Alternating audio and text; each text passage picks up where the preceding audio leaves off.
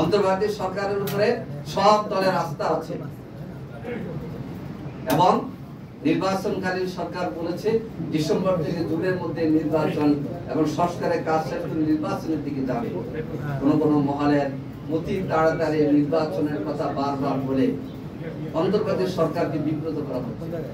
আমরা বিচার চাই। গতকাল দুইটি জায়গায় 24-এর শহীদদের প্রোগ্রাম ছিল। একটা আমাদের মাসুদ ভাই গিয়েছিলেন, ডক্টর হেলালউদ্দিন গিয়েছিলেন।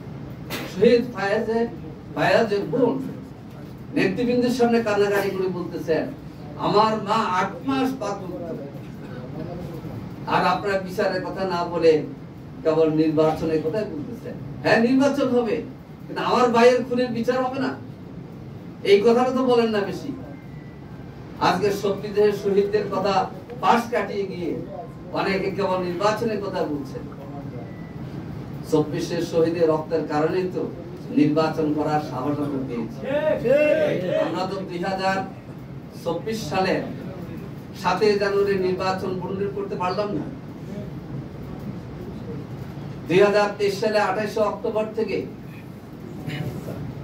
সরকারের বিরুদ্ধে আন্দোলন করে আওয়ামী লীগ তো নির্বাচন করেই ফেলল। আমরা তো আমাদের সক্ষমতা নিয়ে সে নির্বাচন প্রতিরোধ করতে পারিনি।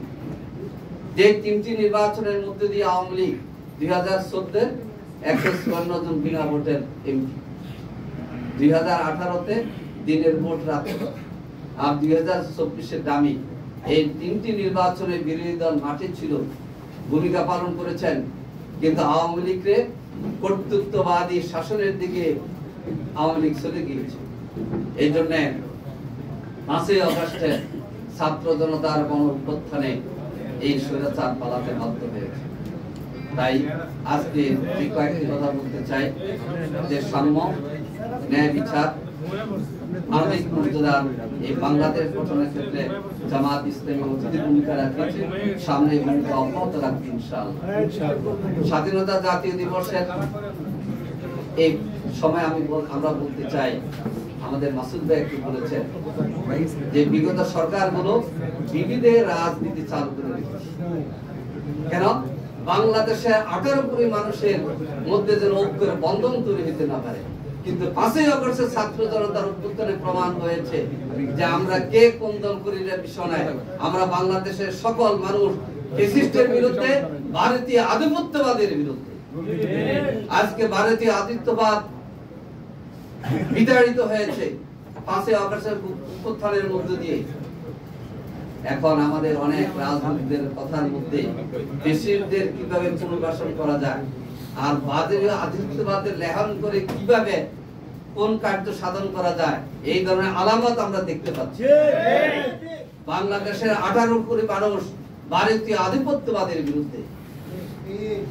আমরা কোন দেশের বিরুদ্ধে নই, কিন্তু যারা আমাদেরকে অবরুদ্ধ করে রেখেছে, যারা আমাদের গণতান্ত্রিক ভাবে নির্বাচনে বাধা দিয়েছে, অনেকে এখন অন্তর্ভুক্তি ইনক্লুসিভ নির্বাচনের কথা বলেন তো 2024 সালের 7 জানুয়ারি বিএনপি জামাতকে ছাড়া যে নির্বাচন হয়েছে, এই ইনক্লুসিভ নির্বাচনের ব্যাপারে ভারত কথা বলেছে?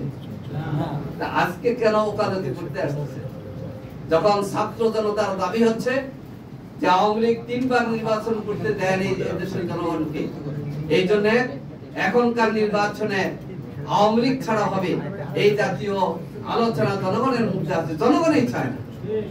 সেই কারণে ওকালতি চলবে না।